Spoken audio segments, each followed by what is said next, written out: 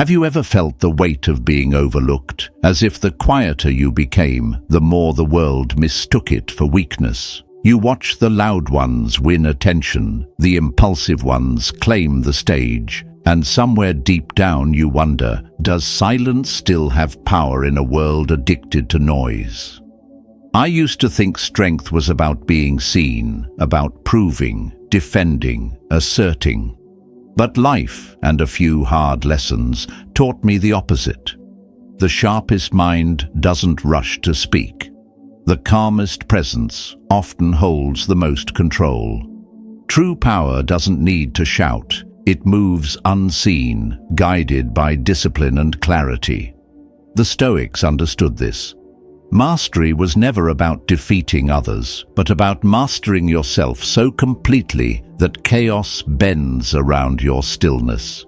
So the next time the world demands your reaction, what if your silence became your strategy? What if restraint became your greatest weapon? Stay with me, because once you understand how to move quietly, you'll never look at strength the same way again. As we step into the first chapter, picture yourself walking into a room where everyone is talking over one another, each person desperate to be heard, to prove they matter. The air feels heavy with noise, but beneath it there's a rhythm, a hidden language that only the calm can hear. And there you are, silent, still, observing. You're not competing for space, you're collecting truth.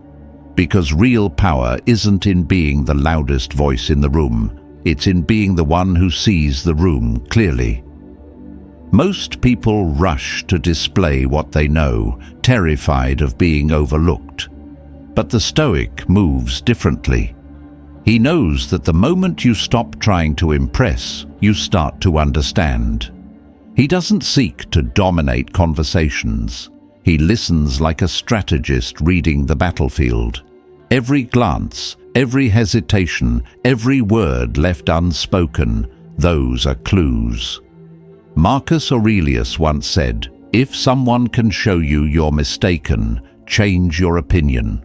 But how can you change if you never stop talking long enough to hear? Silence gives you that space. It becomes your teacher, your armor, and your advantage. Imagine sitting in a meeting where everyone fights to sound brilliant. Ideas clash like swords, egos flare, and beneath the noise, tension grows. But one person doesn't fight for attention. He watches. He notices who interrupts whom, who seeks approval, who hides insecurity behind confidence. And when he finally speaks, his words land like a blade, precise, controlled, impossible to ignore. That's not coincidence, that's clarity born from observation. The quiet mind doesn't cut through noise, it waits until noise destroys itself. Silence isn't weakness, it's weaponry. It strips away the need to prove yourself and replaces it with understanding. When you stop talking to be heard, you begin hearing what others truly mean. You see their fears dressed up as pride, their uncertainty hidden behind laughter, their motives buried in charm. Most people talk to be understood. The Stoic listens to understand reality itself, because in truth, people always reveal themselves. They just don't realize it. Observation isn't passive, it's active awareness. It's the discipline of watching the world without losing your center. It sharpens not only how you see others, but how you see yourself. When you're not busy defending your worth, you begin to notice where you've been blind, where your pride speaks louder than your reason, where your assumptions go untested. Silence turns inward, becoming self-reflection. Picture a sculptor before a block of marble. He doesn't rush, he studies it. He listens to its shape, its flaws, its potential. That's what a Stoic does in every encounter he observes until the truth reveals itself. Then, and only then, he strikes with precision, not noise. Over time, this changes everything. You stop chasing validation. You stop reacting to drama. You start speaking only when silence no longer serves you, and when you do, your words carry weight, not because they're loud, but because they're rare. In a world obsessed with exposure, mystery becomes power. Depth belongs to those who see more than they say. They can't read you, can't use your words against you, can't pull you into their chaos. You become steady, a storm that never needs to announce itself. So learn to watch more than you speak. Let silence become your sight. Because those who master observation don't just survive the noise, they direct it, quietly, patiently, like architects shaping the unseen. Moving into the second chapter, picture a world where everyone is talking about their dreams, their goals, their next big thing. It's a constant storm of noise, a competition of voices desperate to be seen. Yet, in that chaos, the one who moves quietly, who works in silence, becomes unstoppable. His power doesn't come from words, it comes from proof, from motion, from the steady rhythm of someone who no longer needs to convince anyone of anything. Have you ever noticed how the loudest people often achieve the least? They speak of what they will do, they rehearse their greatness before it's real, but the Stoic, he knows better. He doesn't advertise his effort. He doesn't decorate his intention with promises. He simply works, each day, quietly, deliberately, chiseling his craft like a sculptor carving stone. There's no noise, just rhythm, just repetition, just presence. Seneca once said, "Don't explain your philosophy, embody it." And that's the secret most never learn. The world doesn't need your declarations, it needs your demonstration. Words are wind, action is iron. What you do consistently day after day becomes the monument that no speech could ever build. Imagine two people starting a journey. The first announces every goal, every step, every ounce of progress. He shouts to the world what he will become. The second says nothing. He just begins. No cameras, no applause. He wakes early, works hard, learns quietly. Weeks turn into months. And when the results finally appear, the difference is clear. One has noise, the other has results. The quiet one wins, not because he demanded attention, but because he made attention irrelevant. That's the essence of Stoic power, self-sufficiency. You stop working for applause when you realize applause adds nothing to your strength. The Stoic doesn't seek validation. He seeks alignment with his purpose, his craft, his inner code.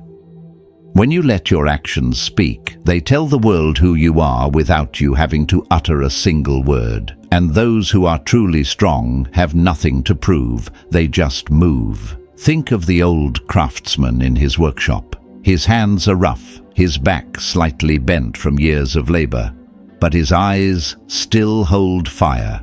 He doesn't talk about excellence, he builds it, table by table, beam by beam, piece by piece.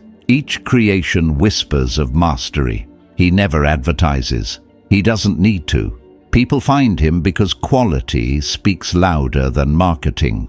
When asked about his success, he smiles and says, "Good work needs no advertisement." That's stoicism in motion, humility built from power, not weakness. The moment you stop announcing your plans, you reclaim your energy. Every word you don't say becomes fuel for execution. Every boast you silence becomes a step you actually take. When you work quietly, you protect your focus.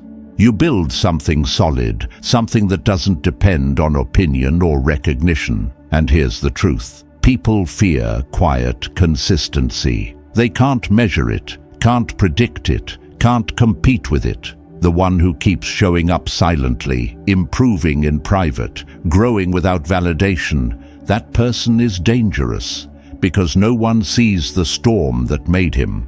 At the end of the day, real power doesn't shout. It whispers through evidence. The Stoic builds, refines, endures. His results speak in echoes long after his words are gone. So set your goals in silence, chase them with fire. Let your work be the conversation. While others talk about their path, you'll already be miles ahead on yours. From here, the lesson deepens, because silence in action isn't just about achievement. It's about transformation.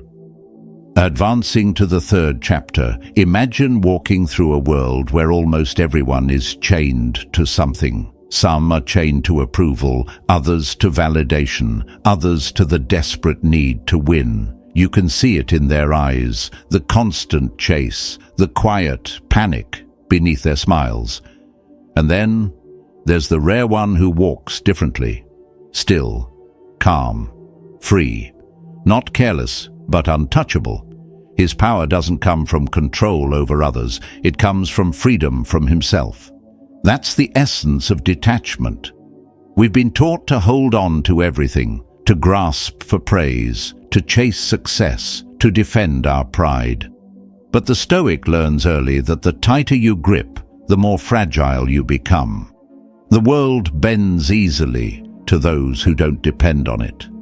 Seneca said, "He who needs riches least enjoys riches most."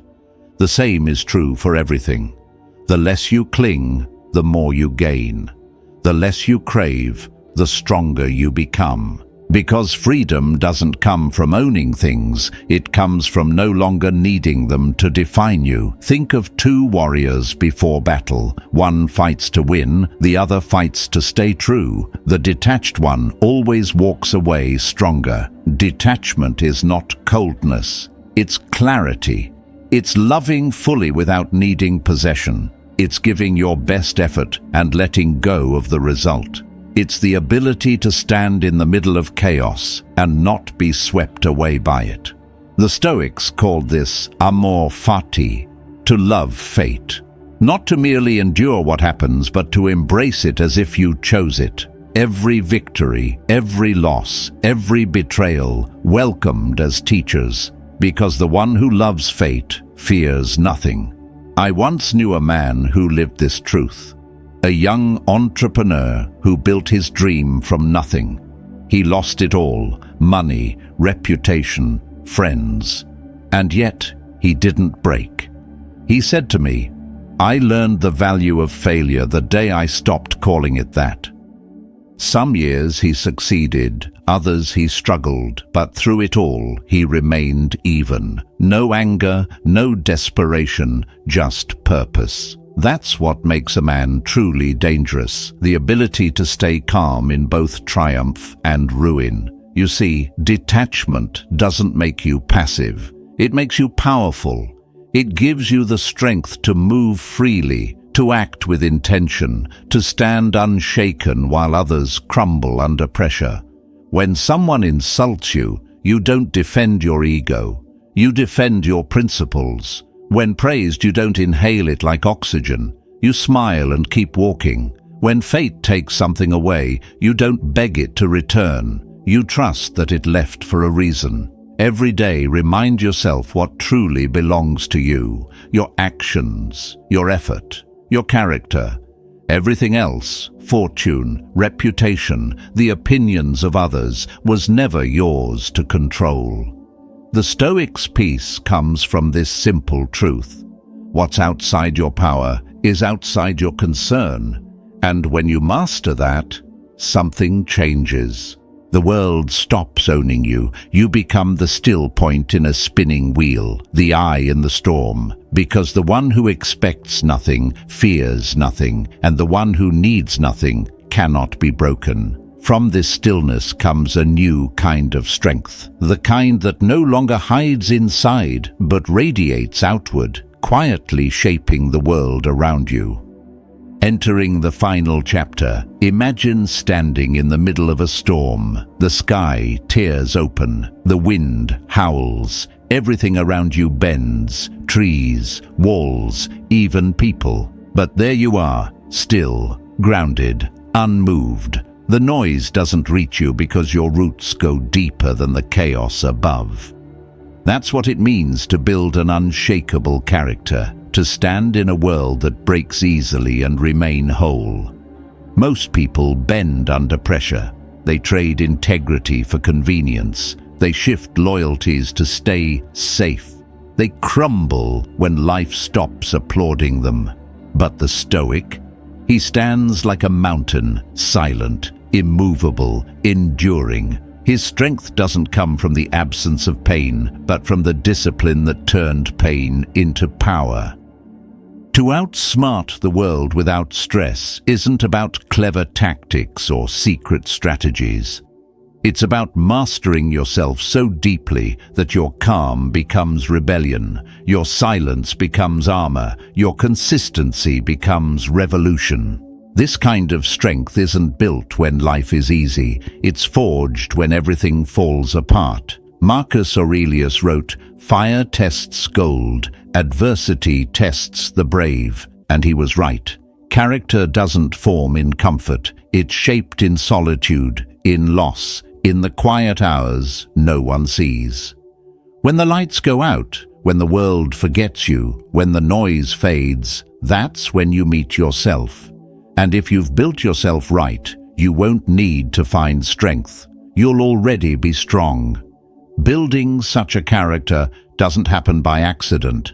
It's a daily ritual. Reading wisdom instead of gossip, reflecting instead of reacting, writing down your thoughts until your mind becomes honest with itself, choosing patience over pride, virtue over vanity, self-respect over approval. It's holding yourself to a higher standard, not because the world demands it, but because your soul deserves it. The world asks you to be comfortable. The Stoic demands that you become capable. The world rewards appearances. The Stoic rewards substance. I once knew a man who lived this truth. He had lost everything, his business, his health, his friends, yet he never complained. Every morning he rose before dawn. He read philosophy. He wrote his intentions. He worked quietly, treated everyone with respect, even those who betrayed him. When asked how he kept going, he said, "Life trains those it loves. No dramatics, no bitterness, just calm endurance." Over time, even his critics learned to respect him. Not because he sought their admiration, but because character, real character, eventually commands it. A man of unshakable character doesn't need to explain his strength. His presence says everything. His peace makes noise without sound. People look at him and wonder, how is he so calm when the world is burning? They don't realize that calm wasn't given, it was built, one disciplined day at a time. Every act of integrity when no one's watching. Every moment of restraint when anger tempts you. Every decision to do what's right instead of what's easy. These are the bricks in the fortress of your soul. And over time, you stop forcing your strength. It becomes who you are. The truth is, most people chase validation. You must chase virtue, because the man who is steady, who holds his ground, who cannot be bought, manipulated or moved, he wins the long game. The world may mock him, test him, ignore him, but when the dust settles, he's the only one still standing. So, build yourself quietly. Train in private.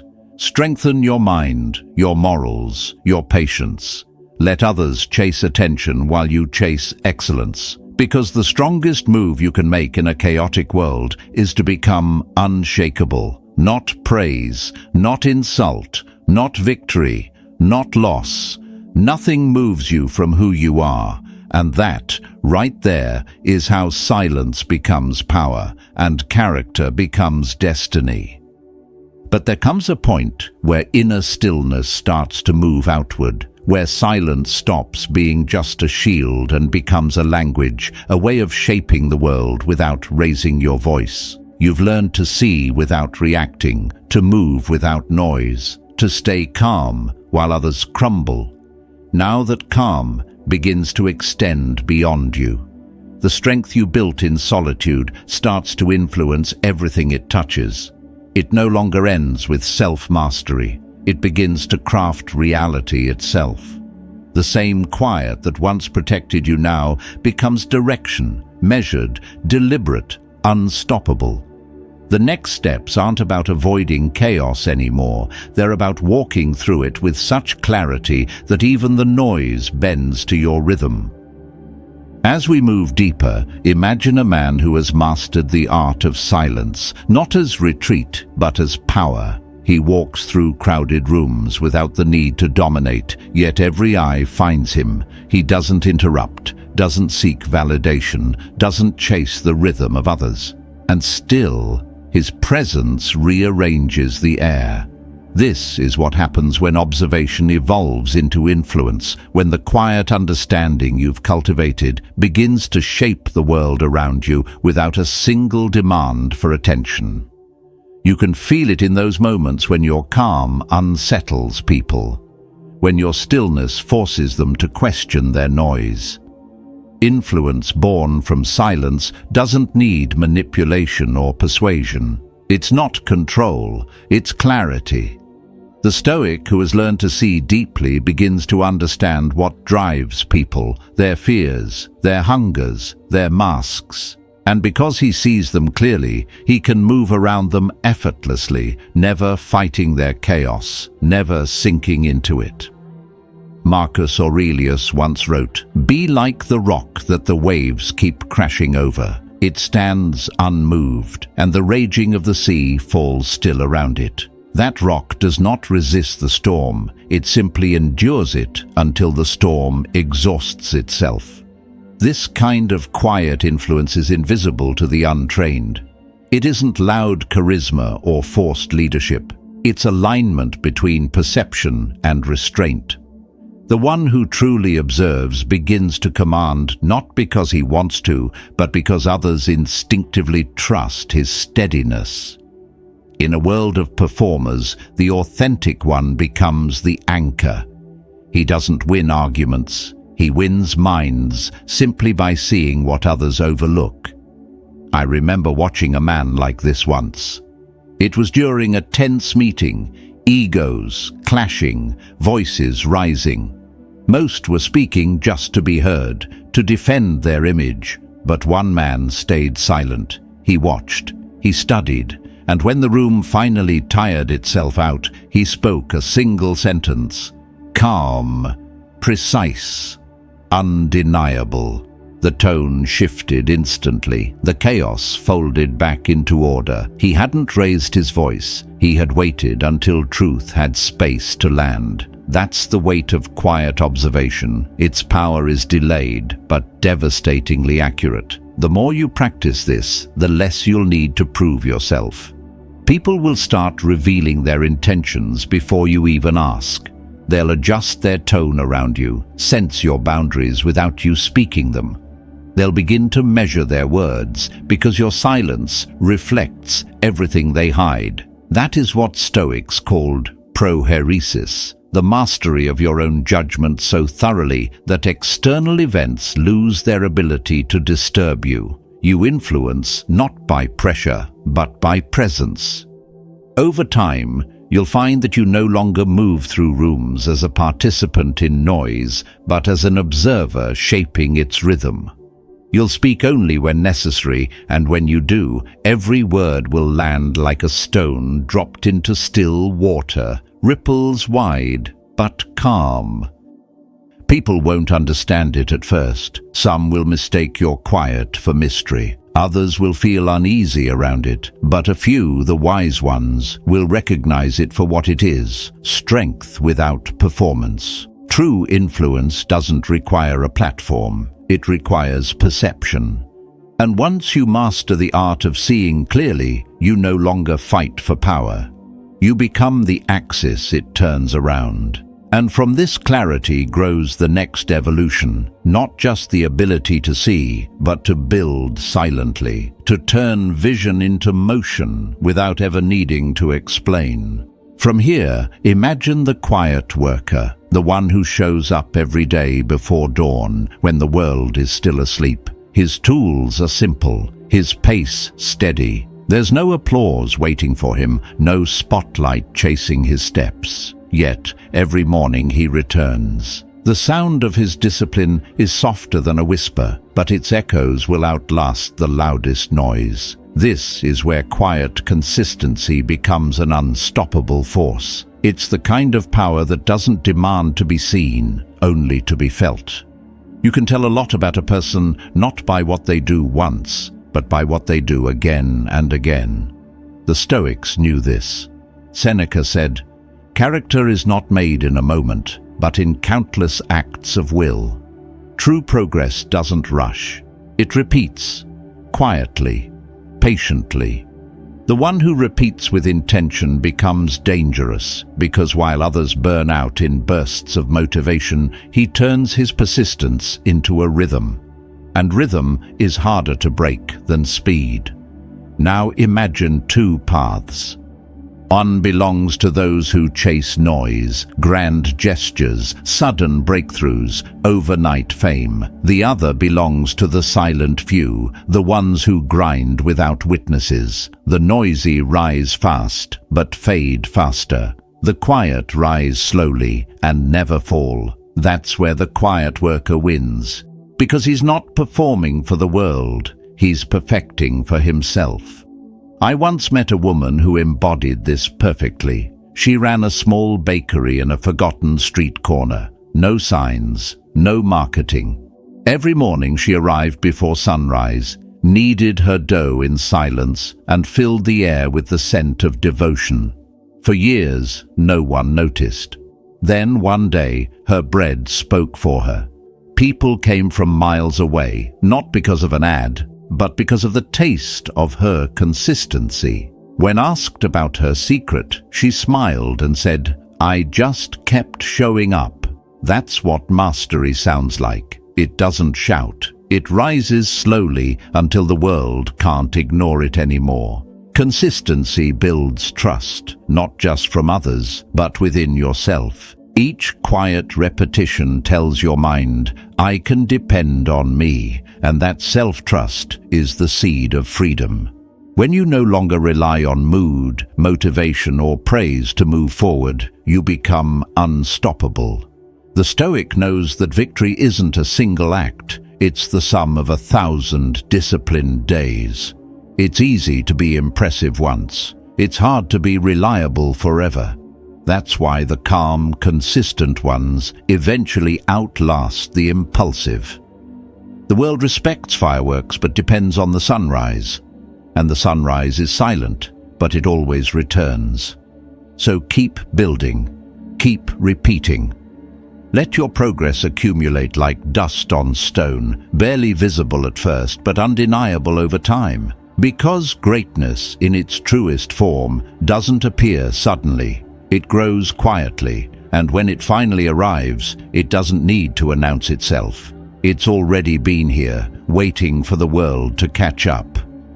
At this stage, something profound begins. The silence you've built through effort starts transforming not just your work, but your emotions. At this stage, imagine standing in a crowded street where everyone seems chained to their emotions. One insult, and they erupt. One rejection, and they collapse. One delay, and their peace disappears. It's as if every heart you see is wired to react. To noise, to praise, to criticism, to loss. But then, in the middle of it all, there's one person who doesn't move with the crowd. His calm feels different. He's not suppressing emotion, he's transcending it.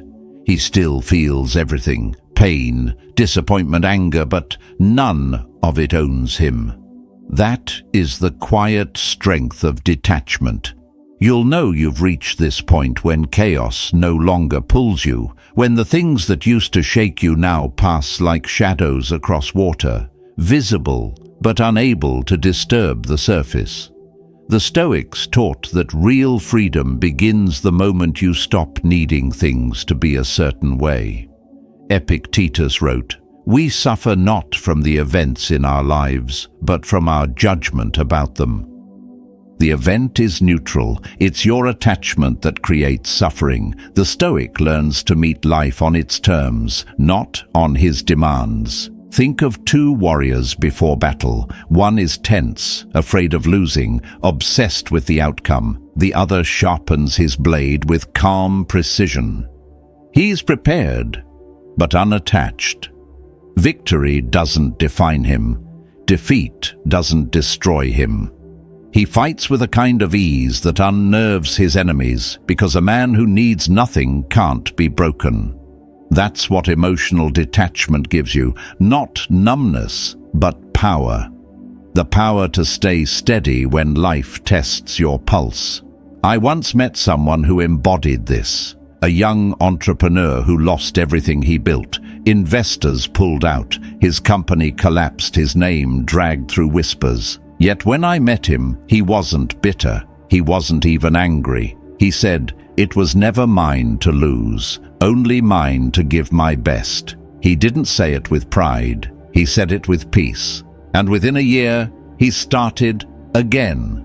Smarter, calmer, freer. People respected him not for his success, but for his composure in loss. That's what detachment looks like in the real world. It's not indifference, it's resilience. Every time you detach from what you can't control, you reclaim energy. Every time you choose inner calm over reaction, you take back power. The Stoics understood this. The man ruled by emotion is a slave. The man who rules his emotions is free. When someone insults you and you don't respond, you win twice, once by denying them control and once by mastering yourself. When life delays your plans, you use the time to sharpen your mind. When people misunderstand you, you let silence defend you. This isn't about pretending you don't care. It's about caring wisely. You can love without clinging, strive without obsessing, fight without hating. That's the beauty of detachment. It gives you strength without hardness, compassion without fragility. And the deeper you practice it, the lighter you become. You begin to see that every loss is just training, every ending a doorway, every rejection a redirection. The Stoic doesn't chase what he can't keep. He refines what he already owns, his judgment, his effort, his peace. In a world where everyone is owned by what they crave, detachment is rebellion. You stop dancing for approval. You stop fearing silence. You stop chasing what runs from you. And in that stillness, life begins to chase you. So stay calm when others panic. Stay grounded when others drift. You don't have to win every battle to prove your strength. Sometimes victory is simply not being moved. From this calm, something extraordinary starts to form. The stillness that once protected you begins to radiate outward, shaping your world with quiet authority. Now imagine, after years of quiet work, your life begins to speak for you, not in words, but in the way people look at you when chaos breaks loose. The way they pause, searching for the source of your calm. The way they follow your lead without you asking. That's when you realize something profound. The peace you built inside has turned into silent greatness. You no longer chase impact. You embody it. In a world obsessed with performance, this kind of quiet power confuses people. They expect greatness to be loud, dramatic, constantly visible. But the Stoic knows that true mastery doesn't demand attention, it commands it. It's not about impressing others. It's about living in such alignment that your very presence becomes instruction. You don't tell people how to act, you show them through how you move. You don't persuade them with speeches, you steady them with your example. Marcus Aurelius wrote, "Waste no more time arguing what a good man should be. Be one." Those words are the essence of silent greatness. It's not something you pursue, it's something you become through relentless consistency. Every time you choose virtue over vanity, patience over pride, focus over distraction, you carve another mark into the invisible sculpture of your character. You might think no one notices, but they do. The world always feels the gravity of someone who's grounded.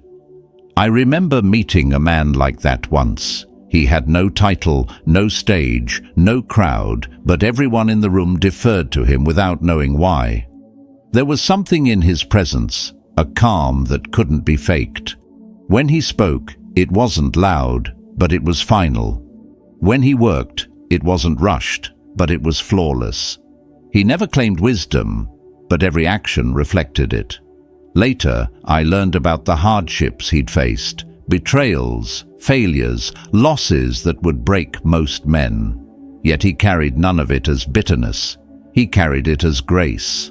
His life was his philosophy, and his silence was his proof. That's the highest form of power, not to dominate, but to endure with dignity, to stand unbent when others crumble, to keep your values intact even when life gives you every reason to abandon them. The Stoic doesn't measure success in applause or possessions, but in the calm that nothing external can steal. His wealth is self-mastery. His throne is inner peace. His legacy is the invisible impact left on those who crossed his path. The paradox of silent greatness is that it needs no recognition to exist, yet it transforms everything around it. People may not understand you. Some will admire, others will envy, but all will feel it. They'll sense the discipline beneath your stillness, the fire behind your composure, and whether they admit it or not, they'll change in your presence. That's when you've outgrown the need to be seen. You've become something that others can feel, a steady force, a quiet guide. The kind of presence that turns storms into lessons and failures into fuel. So keep building that unseen strength. Let your life whisper what your words no longer need to say, because the day will come when your silence carries more power than the loudest victory. And those who once doubted your calm will find themselves shaped by it. As we reach this point, the circle completes. What began as silence within has now become influence without. In the end, mastery isn't power over people, it's peace within yourself. And when you have that, the world no longer needs to understand you. It adjusts to you. You don't have to raise your voice to prove your strength. True mastery isn't about commanding attention, but about needing less of it. In a world that constantly demands noise, approval, and validation, power belongs to the one who remains calm, disciplined, and self-directed. The Stoics reminded us that the greatest victories happen within, far from the applause of the crowd. Outsmarting others silently is not deception, but alignment. It is choosing clarity over chaos, restraint over reaction, purpose over pride. When you live this way, influence stops being something you chase and becomes something you radiate. You no longer need to prove your worth, because your peace speaks louder than any claim. Let your actions, your consistency, and your calm presence be your voice. Let every quiet step you take toward wisdom leave a mark the world cannot ignore. If this message resonates with you, take a moment to subscribe and continue walking this rare path of silent strength. Leave a comment below with the words "Quiet Power" to let me know you're part of this journey. Stay patient, stay steady, and keep building the kind of strength that no storm can shake. The next lesson will take us even deeper,